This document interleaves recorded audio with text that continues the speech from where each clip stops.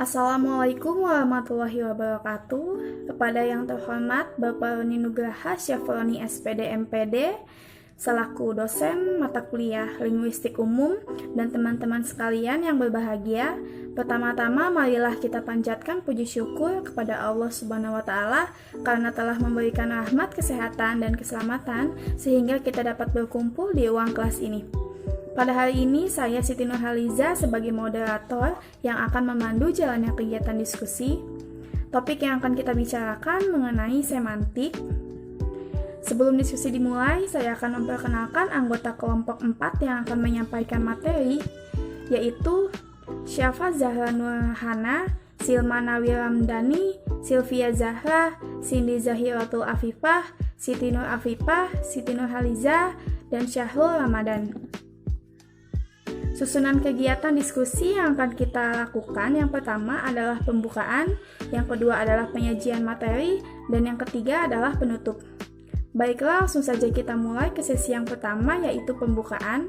Marilah kita ucapkan basmalah bersama-sama. Bismillahirrahmanirrahim.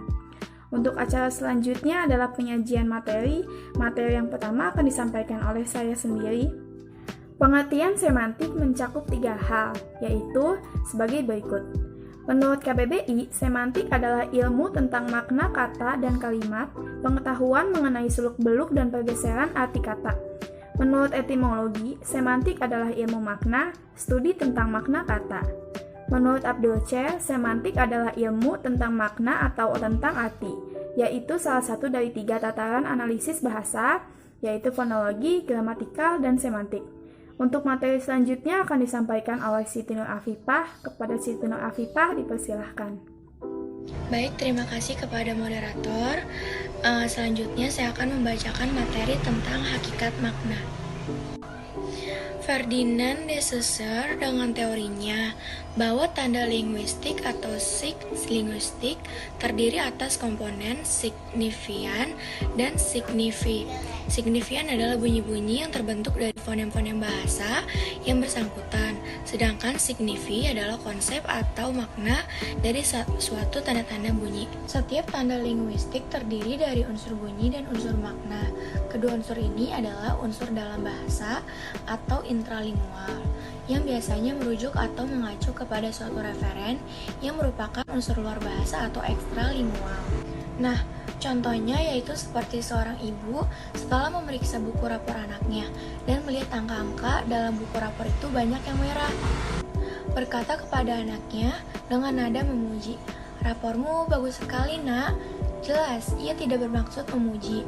Walaupun nadanya memuji, dengan kalimat itu dia sebenarnya bermaksud menegur atau mungkin mengejek anaknya itu.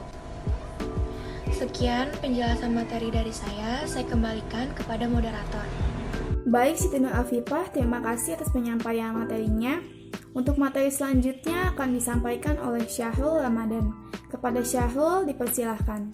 Baik, terima kasih kepada moderator. Untuk materi selanjutnya yaitu jenis makna.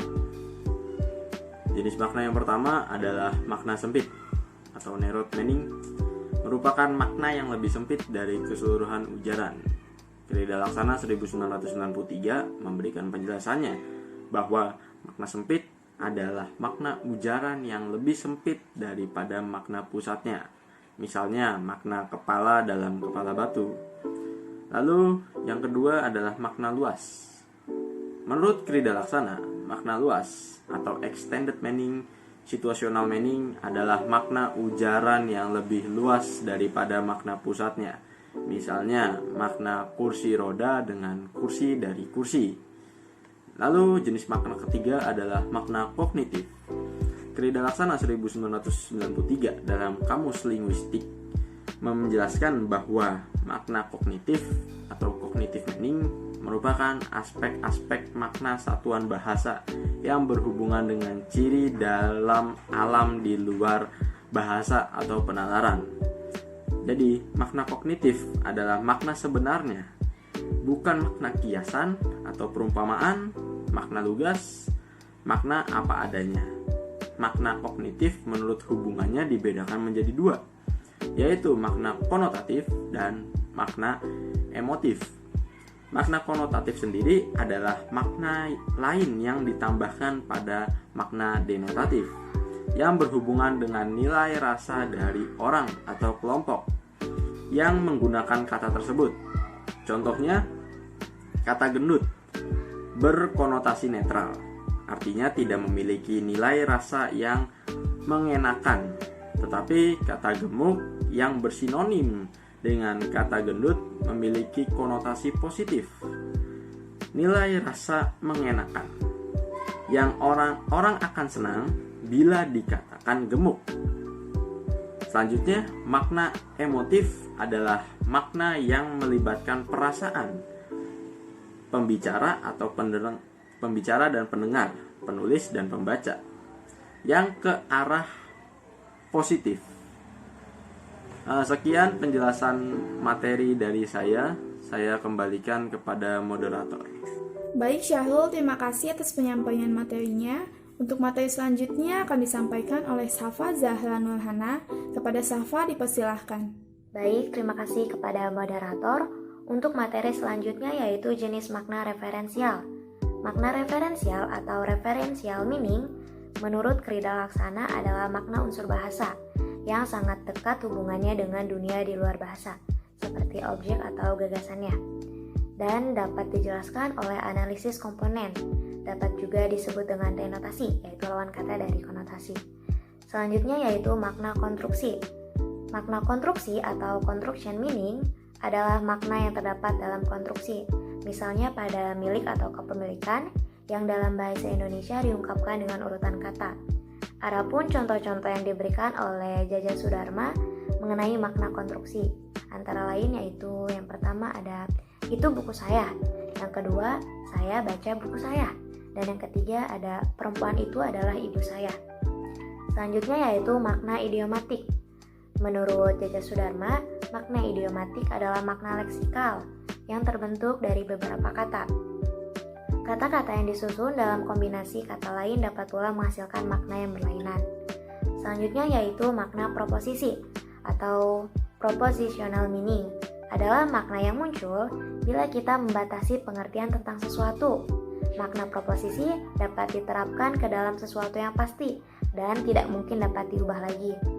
Contoh-contoh dari makna proposisi yaitu ada 1 hari sama dengan 24 jam, 1 jam sama dengan 60 menit, 1 menit sama dengan 60 detik, dan seperti 1 tahun sama dengan 12 bulan. Nah, itu merupakan contoh dari makna proposisi, yaitu sesuatu yang pasti dan tidak mungkin dapat diubah lagi. Sekian penjelasan materi dari saya kembalikan kepada moderator. Baik Safa, terima kasih atas penyampaian materinya. Untuk materi selanjutnya akan disampaikan oleh Cindy Zahiratul Afifah. Kepada Cindy dipersilahkan. Baik, terima kasih kepada moderator. Materi selanjutnya masih tentang jenis makna. Selanjutnya ada makna pusat. Menurut Krida Laksana pada tahun 1993, nomor 133, makna pusat atau central meaning adalah makna kata yang umumnya dimengerti bila mana kata itu diberikan tanpa konteks. Makna pusat ini adalah makna yang dimiliki setiap kata yang menjadi inti ujaran, misalnya Ara seorang anak perempuan. Selanjutnya ada makna piktorial. Makna piktorial adalah makna suatu kata yang berhubungan dengan perasaan pendengar atau pembaca. Misalnya pada situasi makan, kita berbicara tentang sesuatu yang menjijikkan atau menimbulkan perasaan jijik bagi si pendengar, sehingga si pendengar tersebut menghentikan kegiatan atau aktivitas makannya. Itu menurut Jaja Sudarma pada tahun 1993. Yang terakhir, poin terakhir dari jenis makna ini ada makna leksikal dan makna gramatikal.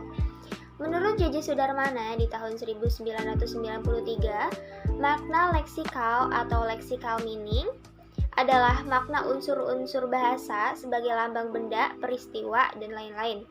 Makna leksikal adalah makna yang dimiliki atau ada pada leksem atau kata meski tanpa konteks apapun.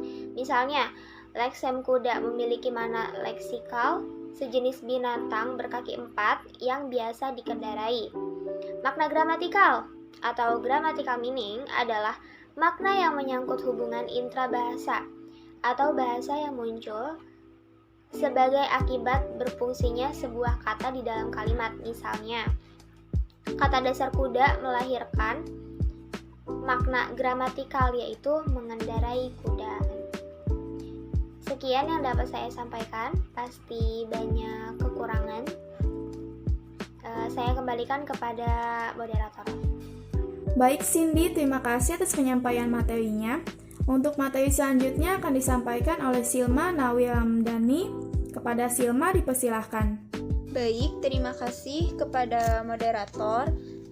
Untuk materi selanjutnya yaitu tentang perubahan makna. Perubahan makna ketidaklaksanaan CAIR 2007-53 mengatakan bahwa bahasa itu dinamis karena bahasa memiliki keterikatan dan keterkaitan dengan manusia. Serta dalam kehidupannya di dalam masyarakat, kegiatan manusia selalu berubah sehingga bahasa juga ikut berubah.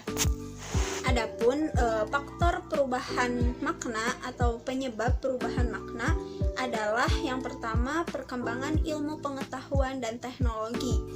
Dalam kurun waktu yang lama begitu, ilmu pengetahuan dan teknologi adalah satu faktor yang mempengaruhi perubahan makna.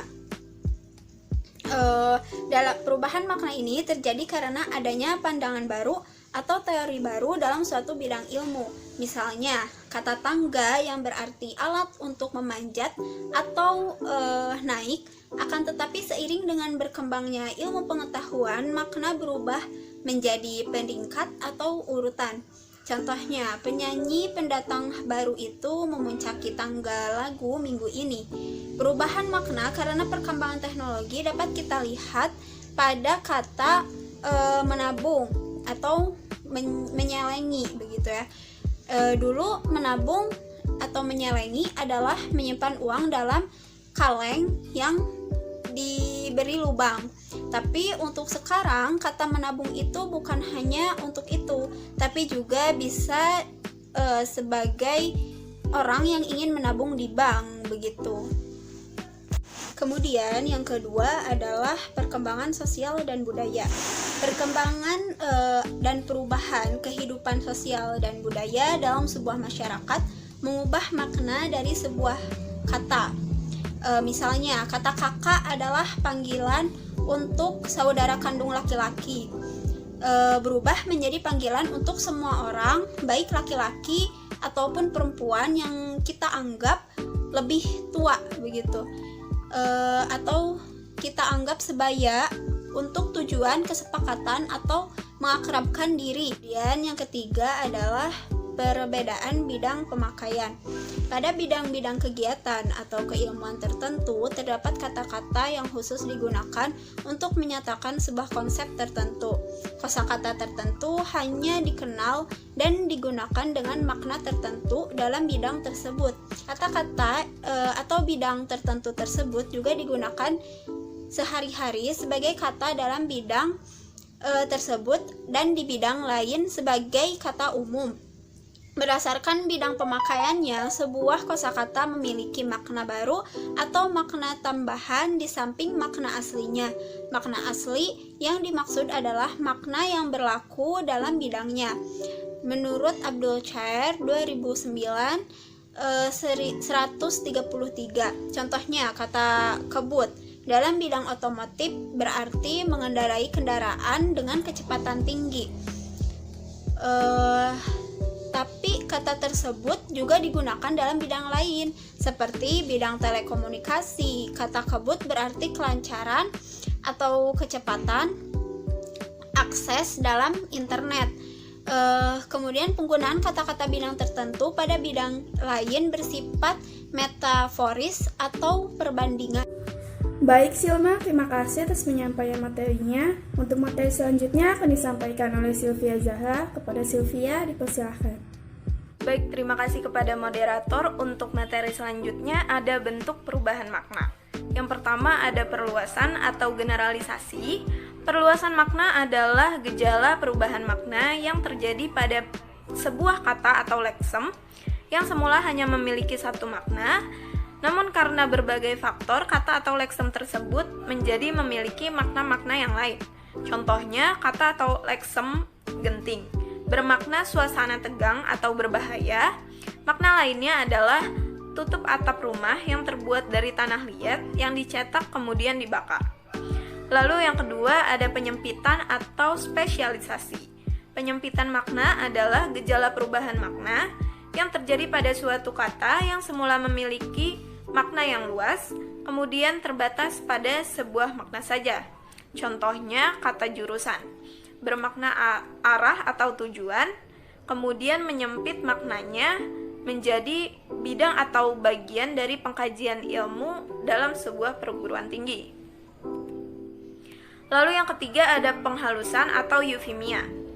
Penghalusan makna adalah gejala perubahan makna dengan makna kata yang tetap, tetapi konsep mengenai kata tersebut berubah menjadi lebih halus atau lebih santun atau berkonotasi positif. Contohnya kata budak kemudian diperhalus menjadi kata tuli, lalu diperhalus lagi menjadi kata tunarungu. Kata-kata tersebut memiliki makna kata yang sama, yaitu seseorang dengan gangguan pendengaran. Lalu yang keempat ada pengasaran atau disfemia. Pengasaran makna adalah gejala perubahan makna dengan mengganti makna kata yang halus atau biasa menjadi lebih kasar atau berkonotasi negatif. Contohnya, dalam kalimat perusahaan itu mendepak pegawai yang melakukan tindak korupsi. Kata mendepak adalah bentuk pengasaran makna dari kata memecat. Lalu yang kelima ada perubahan total.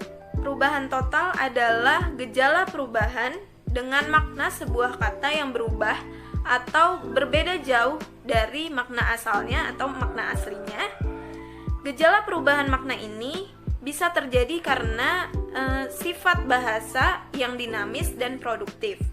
Maka makna kata akan selalu berubah dan berkembang menjadi makna-makna yang baru. Sekian penjelasan dari saya kembalikan kepada moderator. Baik Sylvia, terima kasih atas penyampaian materinya. Untuk acara selanjutnya yaitu penutup. Demikian tadi diskusi dari kelompok kami. Saya sebagai moderator mohon maaf bila ada kesalahan dalam bertutur kata. Terima kasih. Wassalamualaikum warahmatullahi wabarakatuh.